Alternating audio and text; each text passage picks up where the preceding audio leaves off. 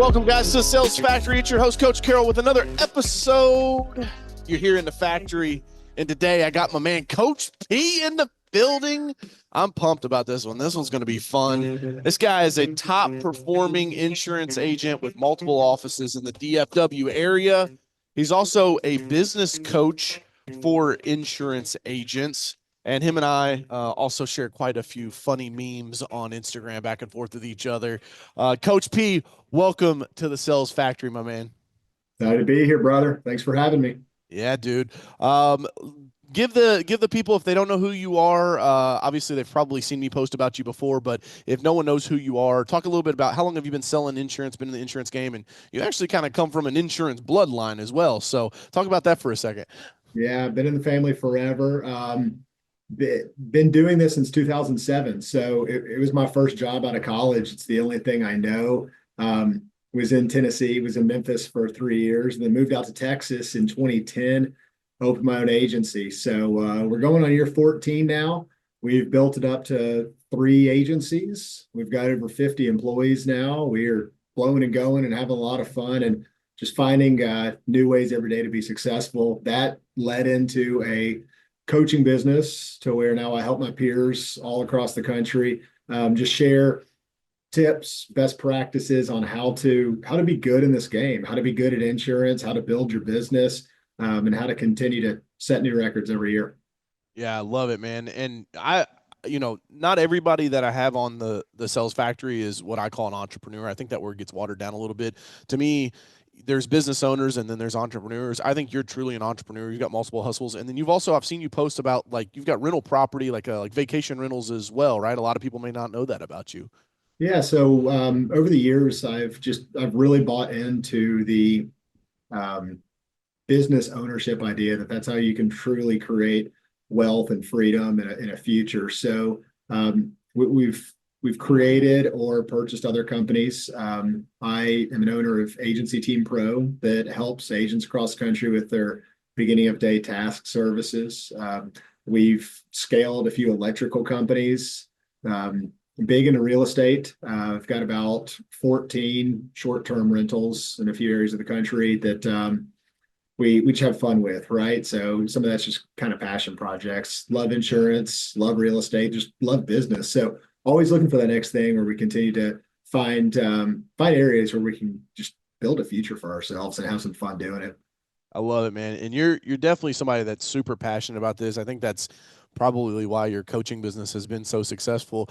I think it's funny. Share how you got started with the coaching business, because you were just doing trainings for your inside team, right? And people were like, "Hey, can I hang out on those?" And so, Yeah. take a second, share about that, because I think that's a pretty interesting origin story for your coaching business. Sure. It is interesting. You know, you talked about the word entrepreneur getting watered down, and I completely agree with you.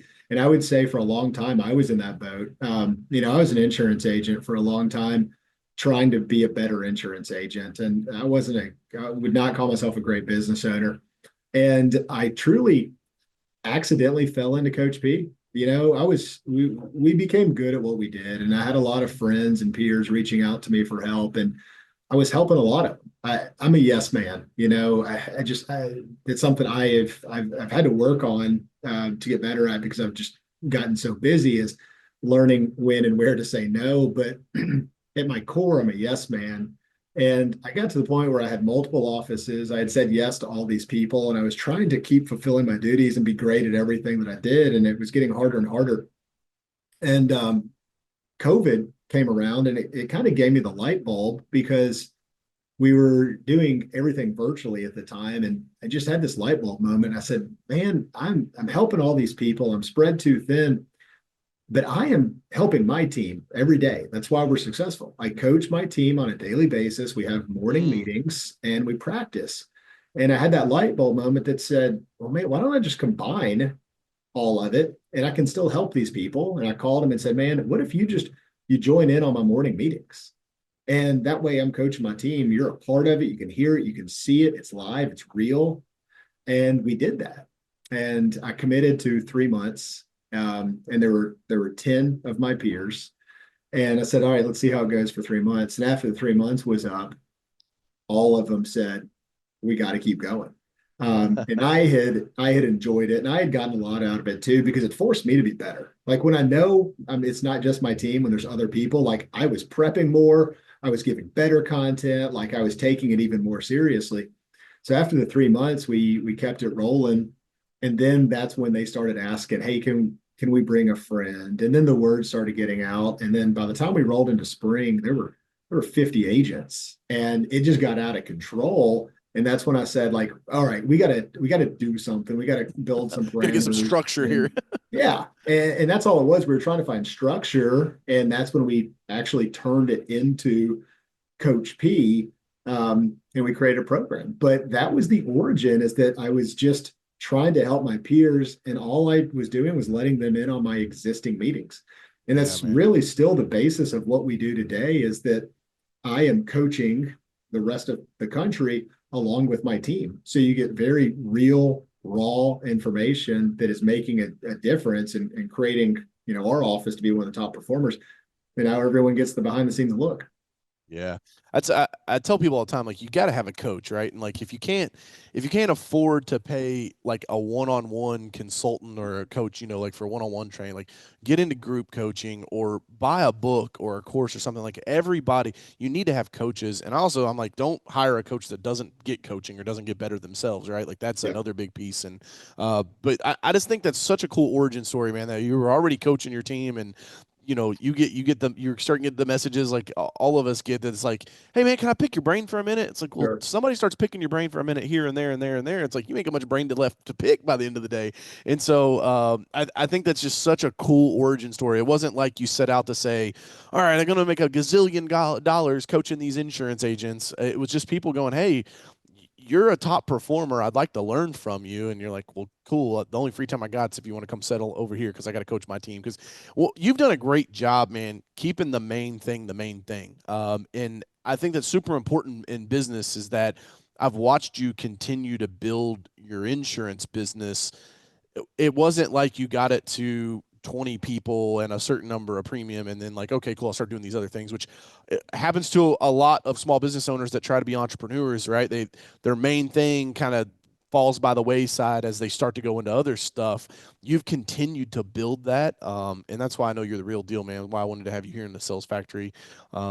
Let's shift gears a little bit. Obviously, you're coaching, these agents all across the country, and obviously you got kiddos. Like I see you're super active on social, and full transparency, we help you some with your stuff there as well. So shameless plug on my end on the paid advertising side. But talk to me about social and marketing and why it's important for you to keep yourself out there.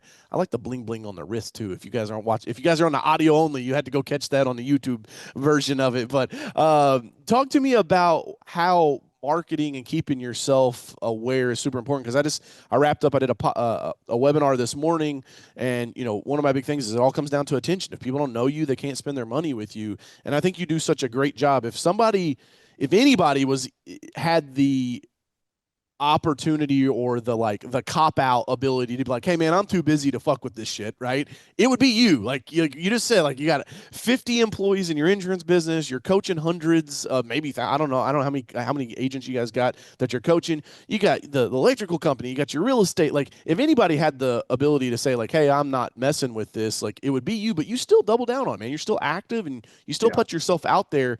Talk to people that maybe still in 2025 are afraid to put themselves on camera or make content or put content out there to make themselves known. Sure. Before I answer that, I got to tell you a little story because it's just timely. I love it. You're right about the time. It is funny. Years ago, I reached out to a successful agent. I remember being so turned off because of the way he responded to me. He said, we've got a group coming in, a paid group coming in, and you're welcome to join them for X number of dollars. And I was so turned off by it. It pissed me off at the time. But now fast forward 10 years and like I get it. I still don't ever want to be that guy where I say you can't talk to me unless you pay, but I get it. Because there's only so much time in the day. And last night I've got 4 kids, um, 8 businesses, bunch of real estate. Like there's only so many hours in a day. And We get the kids to bed, we have our dinner, we get in bed. It's close to 11 o'clock. And my wife comes in, she's about to go do her face routine. And she asks me before she starts, how long are you going to be up? And I said, I'm going to be a while. I haven't even had time to get to my phone today. So I'm going to have to dig into my um, my emails, my texts, my DMs. And she goes, DMs? Who's DMing you? She said it jokingly, right? She's like, who's in your DMs? And I was like, babe, everyone. I am lit up like a Christmas tree 24/7 in every form of communication because there's always somebody. We got thousands of agents. I mean, just the insurance company has over 50 employees. Then you bring in the other businesses. There's always someone that needs your time and attention. Yeah. And it's so important for me. Part of your question was you're still doing it, right? You're still delivering on the main thing. It's because I believe that how you do anything is how you do everything. And my Oh, expectation for myself is to be great, like be the best version of yourself. So like once I get to whatever my original goal was, by the time I get there, the goal has changed. The bar has increased and you got to keep going. Like there is no stop, there's no slowdown because more and more people rely on you, more and more people need you. And I take that very seriously. Like I want to be able to deliver to everybody. So my team is as big as this because I have to keep delegating so I can free up time so I can continue to help others and scale. And I take that extremely seriously. yeah. And part of that is the answer to your question, you know, why I think the social media and the marketing is so important because it gets out at least some of your messaging to the masses. I can't have a one-on-one conversation with everybody, right? But I can put out some content that lets them get behind the scenes a little bit and show them who I am as an individual. A lot of people just want to like test you. They want to have a conversation to see if they like you in the first place. You know whether you like me or not by following me on Instagram. Like if I'm your cup of tea. So I get to save my time going down that road because you've seen the real version of me. And I know you promote this message. So on your podcast, this is something that doesn't even really need to be said, but people can't hear it too often. But I think the real secret and key to the marketing piece, especially on social media, is just being real and being authentic and quit sending out the canned crap that everyone just goes straight past and they don't even click on it. Like make yourself look like an idiot, right? Show your family, show your pets, show the things you're interested in. No. You got to be real because they can connect to that. Yeah. And that's what we keep trying to do. I think that's so solid, man. I want to just highlight the how you do one thing is how you do everything. That is one of my favorite sayings. There's a there's a famous story about somebody being at First Form, Andy Frisella's company, and they're using the bathroom, and the guy gets done using the bathroom, and he dries his hands with the paper towel, and he wipes the sink down, the inside of the sink bowl, in the stuff, and he throws it away, and the person's like, "Hey, why'd you do that?" And they say, "How you do one thing's how you do everything, right?" And talking I mean like company culture, man, if you can get people down to the point, which I'm talking that's a tall order when you talk about company culture. And I think this is one of the reasons why Andy Frisella is so successful is when you can indoctrinate people and get them drinking the Kool-Aid so hard that they're wiping down the bowl of the sink in the bathroom after they wash their hands because they believe attention to detail is that important. Like that's a whole different level of success. So I wanted to highlight on that one. We definitely dropped a cash register on that one for you. But the other thing too that I think is super important is somewhere along the way, people think that because we're in the new era of business, which I call this a new era of business, right? There's an online and an offline world. For some reason, we think that the law of attraction just magically disappeared, right? The shit that Jim Rohn talks about, the stuff that Brian Tracy talks about attracting your perfect client, right? Attracting the perfect people to you. And I think that's part about being authentic and putting that stuff out there. I made a post this morning about, the Fed burning through all of this money and or the treasury burning through all this money. And I had Grok, they just dropped their new 3.0 on Twitter. I had it make a picture of the treasury on fire, and somebody like messaged me, they're like, hey dude, did the treasury really catch on fire? I'm like, no, it's AI image.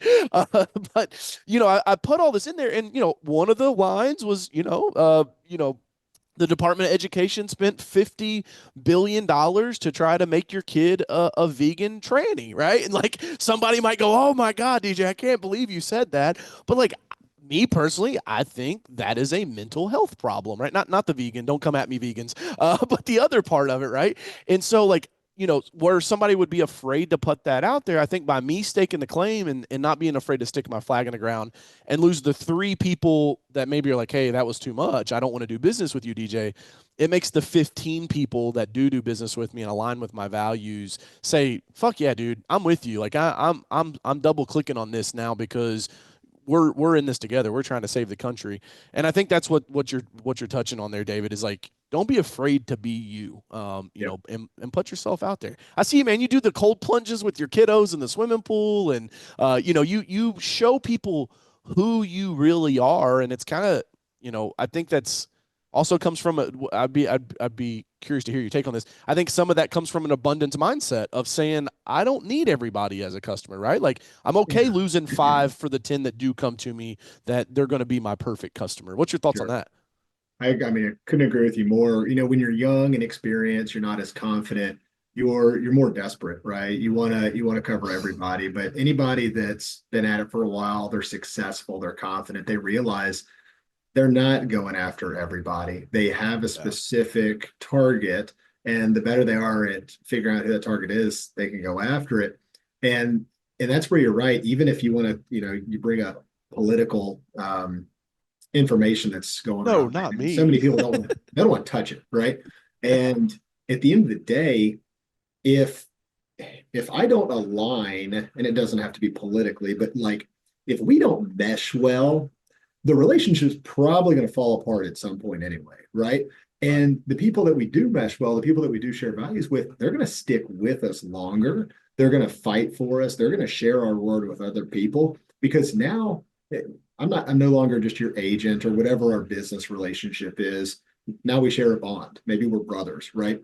And I think that stuff matters. And I think we're starting to see more of it where you had a lot of people these past 9 years kind of live in fear, right, of speaking up. And now the tide is turning. And I think you're going to see that. And, of course, you do it in a healthy professional way, right? You don't, you Right. don't talk bad about others. You don't try and burn other people down. But that doesn't mean you need to shy away from you being yourself. Yeah. And you don't have to get everybody. I remember very clearly, I gave a presentation in Kentucky, actually. Oh shit. It was ish. I was right on the board. I didn't even know what state. It was in Ohio, Kentucky. I didn't know where I was. It was like a Louisville, Cincinnati thing or whatever's close by. I don't even know. But I gave a presentation, and a woman came up to me afterwards, and she wanted to sign up for our program, but she told me that I should not call my female employees girls. That it was degrading. Um, and so I see girls as guys. Like, I mean, that those are Right. interchangeable words: man, woman, male, female, girl, guy. Um, I just made a comment when I was giving my presentation. Some of the girls in our office, and she was offended by that. She was also the only person in a room of 100 wearing a COVID mask. I'm not going to say that they're related or not, but I was very clear. So she brought that up and brought up my language. Now I'm not up there dropping f bombs, but there might be a damn out there, or an ass. I would say PG rated. PG-13. Yeah. Um, but I told her that instead of being fake, right? Instead of trying to put up, I'm so sorry, that was a slip. Very clear. My program might not be for you, ma'am. Like if you were offended by that presentation, you being with me 2 days a week for the rest of the year, I don't know how it's going to work out for you, right? And you have to have the confidence to know that you're not for everybody. And that means Yeah. you shouldn't try and please everybody. Yeah. Man, I think it's you hit the nail on the head that like the past 10 years and it probably started even before that, right? I think if you think when you say 10 years ago, we're thinking, 2016, I think Trump won his first election because it was like here's a guy that speaks his mind. This is a refreshing, thing to see in the political world. And again, like I think Obama was probably the most presidential president I can remember in my life. I'll be 37 this year. Like the way he talked and like how he's prim and proper, but like he still kind of had a little swag to him, right? But I think this has happened. We've seen this, and it's kind of like started in the colleges to where if like whatever you've done in the West to be successful, it's been bad, right? Like if you've grown to prominence, well, you've probably done that because you've stepped on other people, and that's how you got there. And it's like not necessarily, right? It's like for whatever reason in our country, we've come to this place where we can't have like a yes no situation. Like it's almost like, well, David, like, yes, I agree that the COVID mask thing was wrong, but I can't agree with you on this thing over here. Right. Like it's like one, like we can't disagree. It's like if it's one, and this is where identity politics comes in, like if it's one, it's gotta be all versus like you can have differences. And I think that's what makes our country so amazing. And I think this is where honestly they fucked up with the whole diversity, equity, inclusion thing. It's like I can get on board with diversity, but it's when you stop going based on diversity and merit, right? It's like it was diversity only, right? And it's like nobody, none of those studies say like, well, a more diverse group is better, but you get that more diverse group because that's the only reason. It's like, no, I want the best of the best on my team. And if that happens to be a whole room full of purple Indians, like fantastic, right? If it's all ginger white guys, like cool too. I don't give a fuck. Like I don't care what they look like. I want the best of the best on my team. And somewhere along the way, man, like we've lost our way from a meritocracy, and I just hope, man, I'm really hoping that this whole America First agenda, it's reiterating the spirit of Americans, whether you're on the left or the right, because guys, don't get it twisted. It's not Democrat Republican. It's the uniparty cronies, the like the people that have all the power at the top, and there's some from both sides. Like, hello, I'm from Kentucky. Have you heard of this tortoise named Mitch McConnell? Right? Like there is this uniparty of cronies that have all the power, and then the rest of us. And I just think it's so funny, man, with this whole, Adam Schiff is like, nobody said that nobody voted for Elon to come in here and get people's social security numbers and bank account numbers. And it's like, the guy owned PayPal. If he was going to do anything naughty, he would have done it back then when nobody knew who the hell he was, and wasn't on the nightly news, every couple of nights. I think what you're seeing, man, is you're starting to see the downfall of this cronyism and a rise of like it's okay to be unapologetically you, because Coach P, just like you said, that lady probably wasn't a good fit for your program. Hey man, there's probably somebody else out there that does align with her values that would be a good fit for her program, right? Like that It's that she great would for be everybody. It that would goes be back to that mindset of abundance that you asked about earlier. Like, you know, all the success that I've had in my 15 years in every department that I've been in or industry, no one has gone out of business. I haven't had to beat anyone else, right? And mm, the more I share with, I mean, heck, my insurance agency's never been better than it has in its entirety, right? And then, while it's been alive, I have shared every single secret of everything that I possibly do with thousands of agents. And the more I give, the more success we continue to have. It is all about abundance. And there are way too many people out there that think what you talked about earlier about capitalism and making it evil, that if I win, you have to lose. It doesn't have to be like that at all. We can all win together. And that's why we're doing things like these podcasts and having these conversations. We're getting out the word. We're telling people what we're doing because we can all win together. yeah. I think I keep saying too is like it's never been a better time to be a business owner, to be an entrepreneur. And if you think like why how our country was founded, that's where the word proprietor came from. You don't really hear it anymore. Like normally when you start a business, the first level of business is to be a sole proprietor, right? Yep. And like so it's like you're self-proprieting. So you're like making things or doing things. And again, somewhere along the lines, like we got away from the fact that like the majority of America, when the colonies came over here, they were proprietors because that's how they survived, right? Like there was one blacksmith in the community, there was one person that made shoes, there was one person that grew the corn, and I think like this I don't know, man, this American spirit. I just feel it like this entrepreneurship and proprietorship and building things, man. And again, not to get too crazy. It's my podcast, so I say whatever the fuck I want. But it's I think God builds us to be creators. No matter what your belief system is, like I think if the Bible says that he put us here and he created us in his image. Well, you're talking about somebody his image, bro. The good book says that he created the stars and the planets and everything. So like I'm supposed to create like what I could barely do by creating an insurance business or a podcast or a soap business. Like that is like on this compared to flinging stars into outer space, right? And so I'm hopeful, man. I'm hopeful that this tide continues to go, and boy, it's gonna be fun when Elon gets to the DoD with some of those no bid contracts that they're gonna uncover over there. Let's talk about management, man. How you got 50 fucking people, dude? How do you keep up with that? Like how do you manage having a team that big? Surely not all of them report directly to you, right? Absolutely not. That would be impossible. I wouldn't be here today.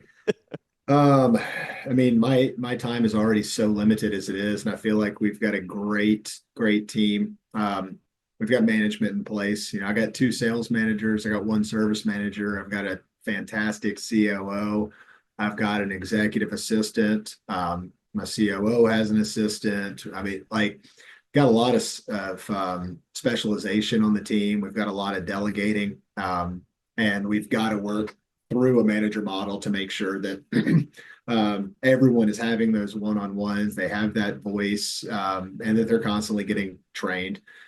Because if it's coming from one person, it's going to start getting sloppy and you can't follow through on all of it.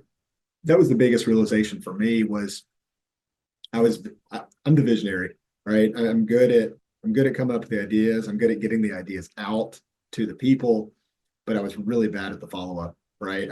Same. If I had to follow up and check in on, hey, how'd it go? What's the implementation look like? That ball would just consistently get dropped. And I think that's where a lot of small business owners start to fail is that they don't have the time and the ability to do all that. And some of them are not comfortable, but others just are not good at delegating. But to grow any business, you have to relinquish a little bit of control and be okay with 75% of the results versus you doing it at 100%. You got to let it go, or you'll just be stuck forever. Yeah, Dan Martell says 80% done by somebody else is 100% awesome, right? I And would so, take that all day yeah, long. it's the same situation, and that's difficult. Have you read Traction or Rocket Fuel? I'm laughing because my COO is very analytical. Like she was hired for a reason. She's good at the details. She's good at the follow up. She's good at the implementation. So she gave me that book. She gave me Traction. And keep in mind, I'm the visionary. I scored a 5 out of 100 on analytical. I wanted to kill myself reading that book. It was torture getting through it. And then she's like, "There's a whole series," and I was like, "I don't think I can do it to myself. I really don't." And it was funny. Last week, I gave a presentation to a networking group, and one of the guys introduced himself, and he's like, "I'm a traction coach." And I'm talking to him and the rocket fuel stuff. And he's like, "Yeah, I implement this into businesses and I help people with it." And I told him the story. He's like, "Oh, yeah, you're the definition of a visionary. Those meetings absolutely are murder to you." I was like, "Yes, yes, they are. I can't stand them." So it was funny, but I've been down that road, but it was a short road for me. Yeah, well, the only reason I say this because in Rocket Fuel he talks about the visionary. They call it the visionary integrator relationship. And so if you guys haven't read this, highly recommend. I like Rocket Fuel better than Traction. Traction is dry, man. Like it got into the weeds of the meetings, and I was like I Yes. was cool at like the summary of a level 10 meeting. Like, cool, you guys go have it. Whatever the fuck Right. happens in there is fine with it, Yeah. right? And my team still operates. I actually stopped going to our level 10 weekly meetings because I was like, I'm just coming in here and like thinking up 15 new fucking ideas while we're in Right. this hour-long meeting, and it's disrupting them more than it's helping them. Yeah. So Um, I went out and hired an integrator. That's who my COO is. And she's yep. absolutely fantastic. She's very good at staying on top of things. She's good at the follow up. She thinks of things that never even enter my brain. And, we've been able to scale faster because of her. Yeah. And she helps me work with the managers. The managers are a little bit more like me, right? Where they're thinking sometimes a little too high level, but they're good at the Interesting. messaging, and she's good at keeping us all on target. And that's been a big help. So I would recommend anybody out there, if you, a lot of business owners are similar to that, because we got a lot of type A personalities for salespeople.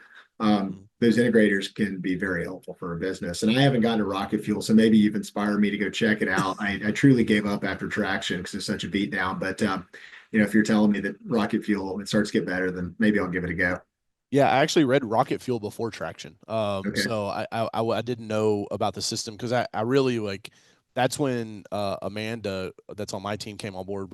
She was our integrator, which something that's you probably have experienced this as fast as you guys have grown is that it's not the norm for your team to grow as fast as the company grows. And so what happens is sometimes the difficulty, especially for like the entrepreneur, is like you don't necessarily have to kick people off the bus, but you've got to change their seat, right? And so like we've had that where I've had to like move some people around on seats, and it's super important as an owner to like how delicate you are with that conversation. Like you got to make sure that you're talking to the people the proper way, and very appreciative. The ice cream sandwich model, right? Like good, bad, good, as you move them. But the Rocket Fuel book kind of was like my aha moment because I was in a place where I was spinning my wheels, man. Right? It was like I come up with the ideas, but then as businesses grow, especially like in the tech side of things, like innovation's super important.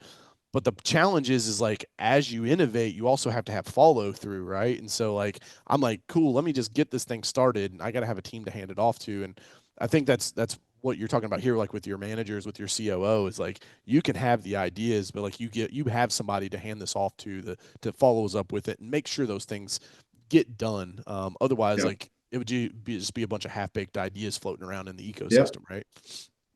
Very cool, man. Talk to me about obviously you've probably had turnover in the past. I would guess that the 50 people you got now is not the 50 people that you've those were the first 50 hires that you've made.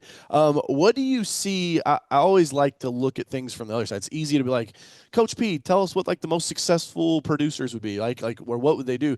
But I want to flip it. Like, what are things that you see that people do that would like that's going to cost you your job, or like is going to maybe not necessarily cost you your job, it's going to cost you your own success. What do you see people do? Like maybe give us three screw ups, three big takeaways that you've seen in the past of like, man, if people start doing this or this, like I know they're in trouble.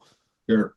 Um, First one comes to mind is victim mindset. There's so much of this these days, and it's Oh so yeah. easy for people because a lot of them have been groomed into this. But I will not tolerate it at all. And it's an immediate issue in my office. We just terminated somebody last week, 2 weeks ago. And, I did an exit interview with them, and the whole time just attack on the manager, right? They didn't set me up for success. They didn't give me the resources. And, there was no reason for me to get into a debate at that point, but it just absolutely solidified that we made the right decision because they have a broken mindset. They're not a fighter. They're not a winner. They're looking for Yeah. someone else to do it for them, and they're looking for someone to blame when they don't do it, right? So Does the that come with victim a mindset lot of excuses too? Like, because like I've seen is that like with my own, nonstop. not like my own team members, like, hey, this didn't get done. Well, this. It's like I didn't ask for the excuse of why it didn't get done. I'm just telling you, I know I found that it didn't get done, needs to be fixed, right? Like Correct. that's part of that. Because like some people, like I'm not a victim. It's like yeah, but a telltale sign is if you're always responding well with like oh well this is why it happened. Like There's that's always a part of that reason. victim, right? Yeah. You know, I I owed something to my COO last week. She needed something, and it didn't get done. And there were a million reasons why it didn't get done, right? My wife went out of town. I was home with 4 kids. There was birthday parties and baseball, and someone was sick, and like none of that mattered. Like I said, it was going to get done. It didn't get done. I took accountability for it. It had nothing to do with her, and none of those circumstances mattered because I didn't deliver it. Who cares what else happened, right? So Mm. I immediately reorganized my calendar and said, "That's on me. I will get it fixed immediately, and I'll have it to you by this date." It it doesn't matter. Someone could have died. I still didn't deliver. Like And Right. winners hold themselves accountable. Losers point fingers and come up with excuses. And I Full stop. want I want the winners on my team. So Yeah, that's man. Fuck, right. that one was good. Don't be a victim, people.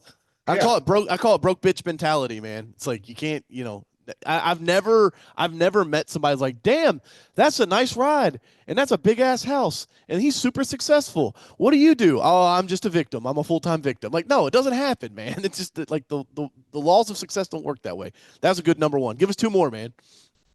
Well, the next thing I think about is just not having principles yourself, like not having solid principles. And I think about, the quote that I mentioned earlier, how you do one thing is how you do everything, right? And it's not doing what you said you were going to do. It really is, it's that easy, right? Is do you have your own set of principles and do you abide by them? Right? I, I'm disciplined. A lot of people aren't disciplined.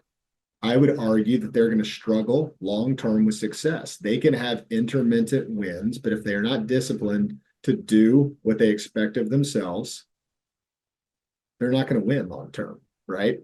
They're going to battle with money. They're going to battle with weight. They're going to battle with relationships. They're going to battle with success. They're going to battle. It's going to be a fight because they cannot put the dominoes in place to do the small daily habits, the hard stuff that lead to long term success, right? So for me, I boil it down to do what you say you're going to do. If it's important to you, just do it. Yeah. And it doesn't have to be harder than that, Hurting right? some feelings in here, man. We're hurting some feelings in here. The sleeve of Oreos tastes amazing and I want to be skinny, right? Like pick one. Pick one. Which one do you want?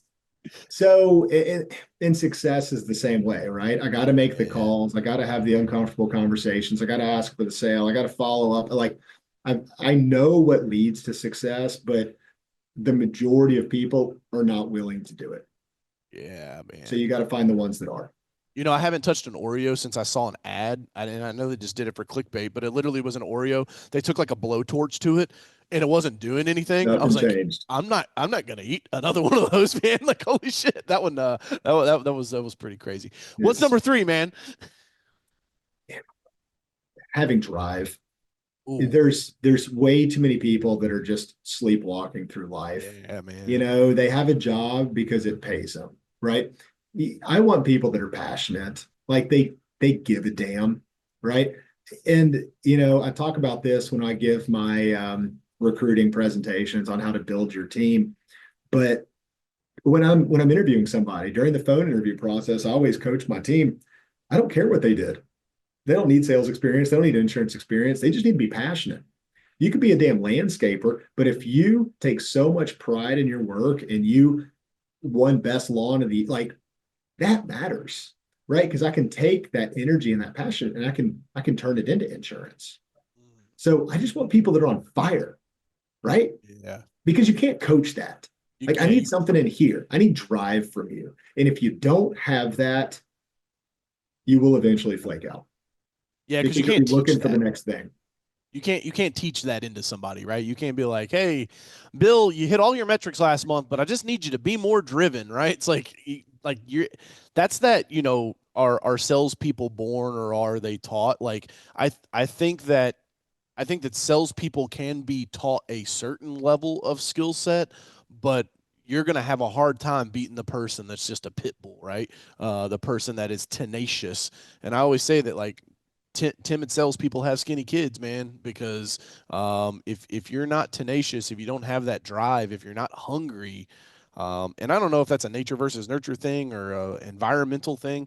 At the end of the day, it doesn't really fucking matter what it is. It's just one of the necessary recipes for success. And I think that's good, man.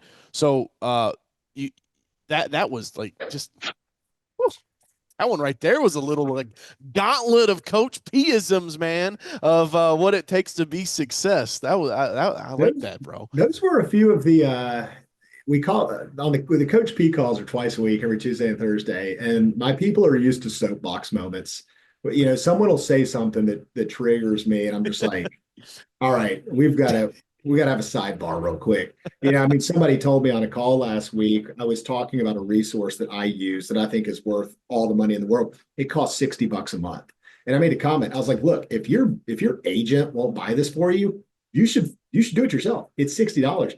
And somebody put in the comments that that's a lot to ask for. And I lost it.